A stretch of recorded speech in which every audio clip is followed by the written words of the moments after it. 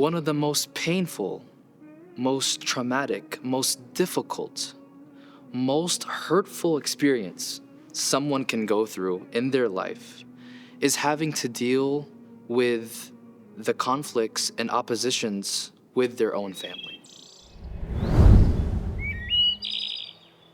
And Allah subhanahu wa ta'ala addresses this problem in the story of Ibrahim alayhi salam. As a kid, Ibrahim alayhi salam grows up and he realizes his father is doing something wrong.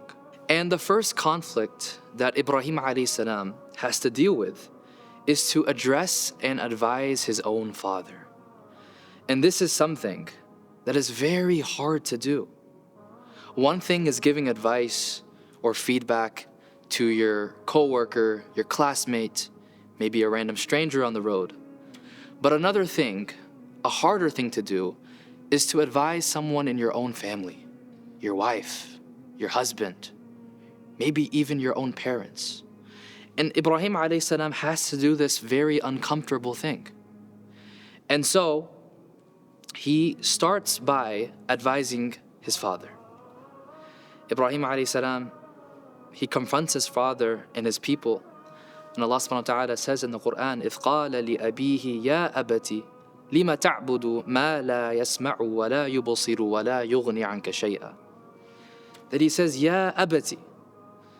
And subhanAllah, look at the words that Ibrahim alayhi salam uses to address his father. He doesn't say, oh my father. He says, oh my dear father, my beloved father. Again, adab, respect. He says, why do you worship that which you cannot see, nor you can hear? And then the next couple of verses, the same thing. Ya abati, inni qad ja'ani. Ya abati la ta'bud ash-shaytan. Ya abati inni akhafu. Again, using the proper, utmost respect to address his father. Sometimes in life you might have to do this. Dad, this is wrong. Mom, maybe we shouldn't talk about someone behind their back.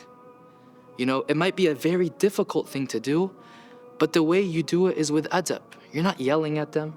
You're not slamming the door at them. You're not squaring up to them, fighting with them. Instead, you do it with ihtiram. And then look at the response from his father. قال أراغب أنت عن آلهتي يا إبراهيم لئن لم تنتهي لأرجمنك واهجرني مليا. That he threatened his son. How dare you reject my idols? Look at the words he uses, by the way. Oh, Ibrahim. He doesn't call him by, a beloved name. He doesn't say my beloved son. He says just Ibrahim. Right? How many times do we do this to our own kids, our own family? We can't call them by a nickname, a beautiful nickname. We can't call them by something that they want to be called by. And he goes, if you don't stop, I will certainly stone you. Not my people, me personally, I as a father, I will stone you, I will kill you. Be gone. And not just be gone from me. Wahjurni, be gone from me. Get away from me. You're not my son. We see, subhanAllah, what Ibrahim alayhi salam says. As a teenager, he gets thrown into a fire by his own people, his own family, his own father. Now his own father is telling him, get away from me. I don't want to be around you. Go away. And how much this must have hurt Ibrahim alayhi salam. With tears in his eyes, he says, Salamun alayk. Peace be upon you. Then he says, Ta'astaghfiru laka rabbi. I'll make dua for you. And then later on, fast forwarding all the way, we see that Ibrahim alayhi salam becomes a father. He now, obviously, he leaves his family in the desert, commanded to leave them. Eventually, he reunites with them, with his wife, with his sons. And then Allah subhanahu wa ta'ala tests him one more time. A very hard test. The toughest test, one might say. He sees a dream. فَلَمَّا بَلَغَ مَعُ السَّعْيَ قَالَ يَا بُنَيَّ إِنِّي أَرَى فِي الْمَنَامِ أَنِّي أَذْبَحُكَ فَانظُرْ مَا تَرَى. He sees a dream. And in that dream, he sees that he needs to sacrifice his son. And what does he do? Even though this is a command, and even though he's a prophet, at the same time, at the end of the day, he's still a father. قَالَ يَا بُنَيَّ إِنِّي أَرَى فِي الْمَنَامِ. He calls and he addresses his son, Bunay. Not just my son, my beloved son, my dear son, Habibi. Then he says, ماذا ترى? What do you think? That connection one has with their child, talking to them, making them feel like they can think for themselves. When was the last time we've done that? When was the last time we've talked to our kids, asking them how they feel, asking them and telling them what's going on? Why are you sad for? Why do you look sad? What's going on in your life? Sometimes as parents, we do this until the kid gets to the age of 10 or 11. But in reality, it's when our children grow up to be in high school, in middle school, in college, that's when they need this the most. And that's the time as parents where we don't ask them these things. And subhanAllah, one of the most heartbreaking things that I hear from my high school students, my college students, as a youth director, is they come to me and they complain. I'm going through this problem. I'm going through this thing at home. I don't know what to do. I can't deal with it. I need someone to advise me. I need someone just to talk to. And they're like, I can't go to my dad. I can't go to my mom. And then, instead of going to their parents or to good company, they usually end up going somewhere else. That's when they go to their non-Muslim friends. That's when they go to the internet. That's when they go to Google, right? We don't want our children seeking advice from the wrong places. And on the contrary, there was once a father that came to me and he said, after every dars, after every class that you teach my daughter, she comes home and we have another discussion, a second discussion of what she learned. And now me and her are discussing and we're arguing in a healthy manner about what she learned.